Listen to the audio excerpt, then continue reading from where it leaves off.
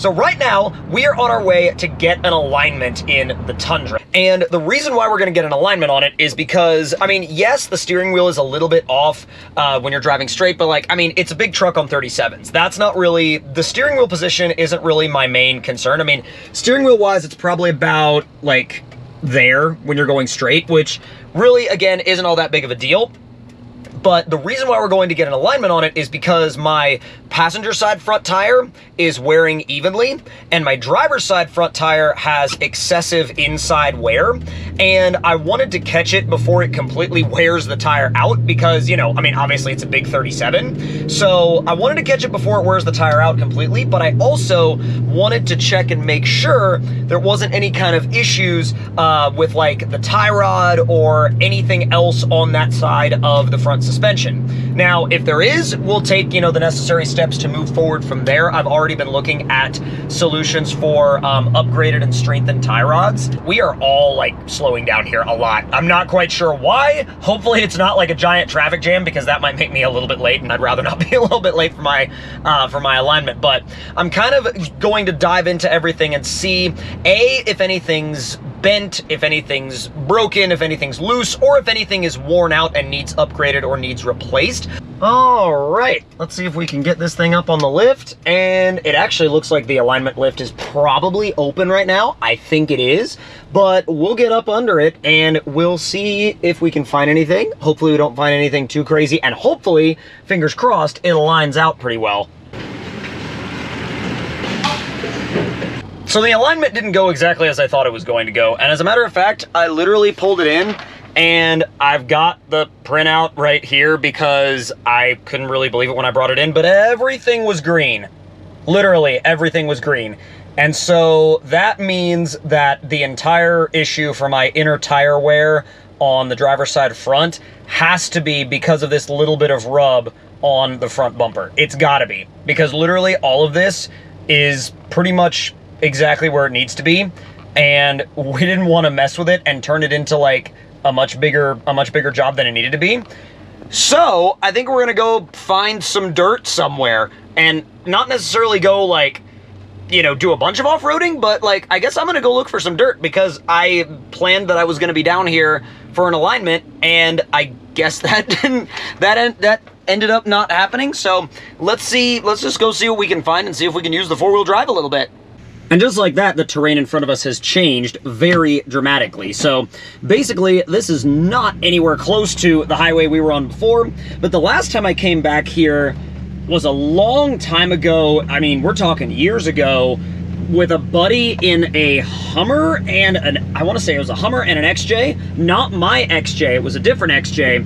But coming back into, you know, trails like this, I mean, is crazy because I haven't done it in so long. And I'm sure there's going to be comments out there that are going to be like, oh my God, that's not even a trail. How could you even call that a trail? My two-wheel drive insert X vehicle name here could do that. And honestly, I feel like it's probably a good thing that I'm easing myself back into four-wheeling rather than like immediately taking my truck to the hardest trail I can find. So either way, I wanted to come back to a place like this because it would be somewhere where I could experiment with, you know, using the four-wheel drive and really kind of, really kind of putting everything back to use for the first time in a while, because I don't necessarily think the four-wheel drive on this truck was used all that much before I bought it. So either way, it'll give me the chance to see some really cool areas. Well, to make a long story short, I went the wrong way. Yeah, the way I was going before, wrong way. But luckily, I'm pretty sure I am now going the right way. So this should be the correct approach to get to where I'm trying to get. And I'm not in four-wheel drive right now, but I don't necessarily think I need it for this part. I might, but that all depends on how much it rained back here between the last time I came back here and now. So we'll see if that turns into me needing four-wheel drive in a minute or me not needing four-wheel drive at all until I get to where I'm going.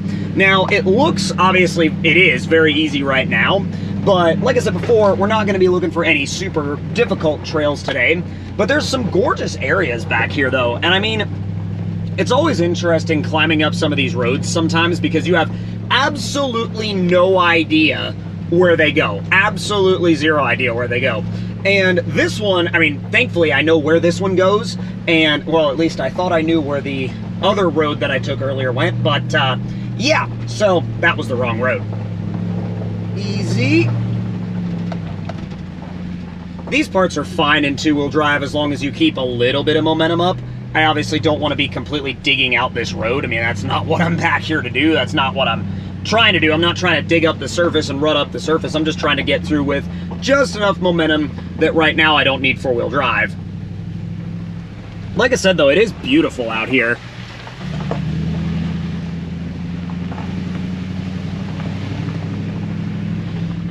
And in some ways, it does look like a SnowRunner map, but in other ways, it's strange because you never really expect SnowRunner maps to be this green. And it's funny when you compare real world, you know, environments like this to environments in SnowRunner, because there's a lot of darker colors in the way SnowRunner is designed. And I guess, like, you know, like more brown and gray and stuff like that, just kind of in the visual style. And in terms of, you know, going out into the woods, at least on the East Coast or in the mountains of the East Coast, depending on whether you're on like the upper end of the East Coast or the lower end of the East Coast, some areas you're gonna see a lot of green. And I feel like that kind of densely wooded area kind of feel, kind of vibe is accurately represented on some maps in the game, but not necessarily all of them.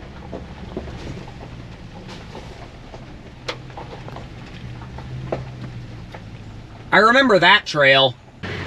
Now, fortunately, it doesn't really look like it's all that busy at all back here today, so otherwise I wouldn't literally be in the middle of the road.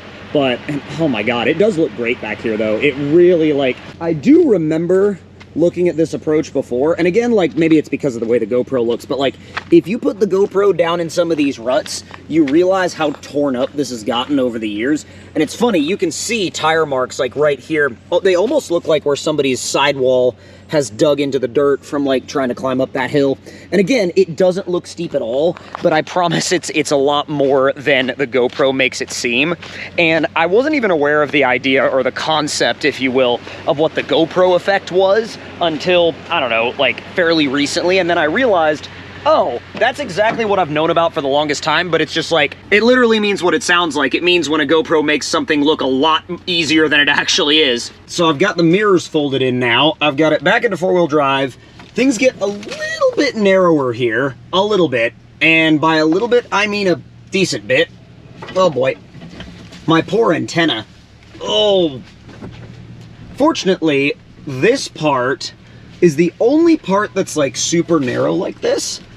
And I'm trying to, like, not, you know, not be all over a ton of trees, but there really aren't all that many rocks back here. But in a minute, it does open up a tad. And once it opens up, it's a little bit more interesting.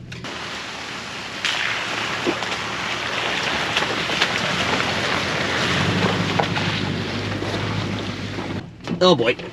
Oh, that's fun. That's great. Good thing my mirrors are folded in.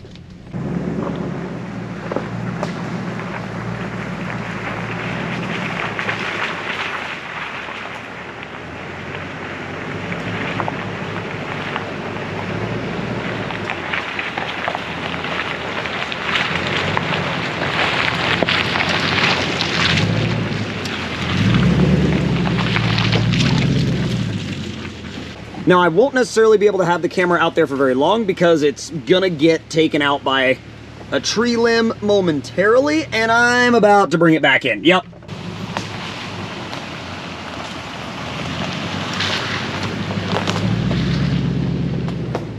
Well, I know it's not a difficult trail by any stretch of the imagination, but it did give us a chance to get out and test out the four-wheel drive. I definitely plan on doing a couple of things to it before I go to some more difficult trails. Kind of want to figure out, like I said before in my previous video about the truck, I want to figure out a solution for this big, bulky bumper because it is huge, and I still have some rub on the inside, kind of down here.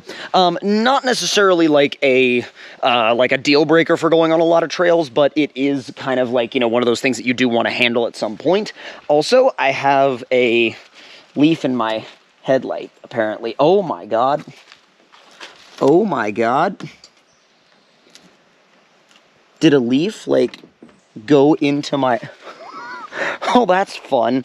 A leaf, like, I guess got pressed in between my headlight and my bumper. This is what I was actually looking for earlier. This was the area that I was looking for earlier, because those of you that have been following my channel for a very long time will know that this is kind of the same general area where we filmed with the old XJ a lot. And I even, my old 3rd gen, I brought my old 3rd gen through here as well. So it's definitely interesting to come back here in the Tundra. It's interesting to come back here in really any kind of 4-wheel drive.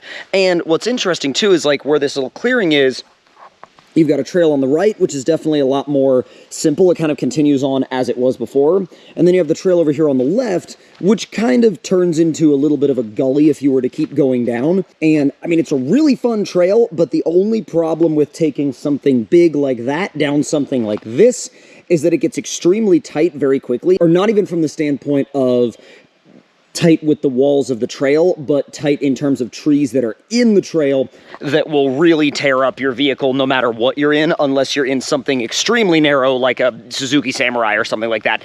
And this is a little bit bigger than something like that. But I hope you guys enjoyed this video. I hope you guys enjoyed, you know, kind of getting this thing out in the woods for the first time, testing out the 4-wheel drive.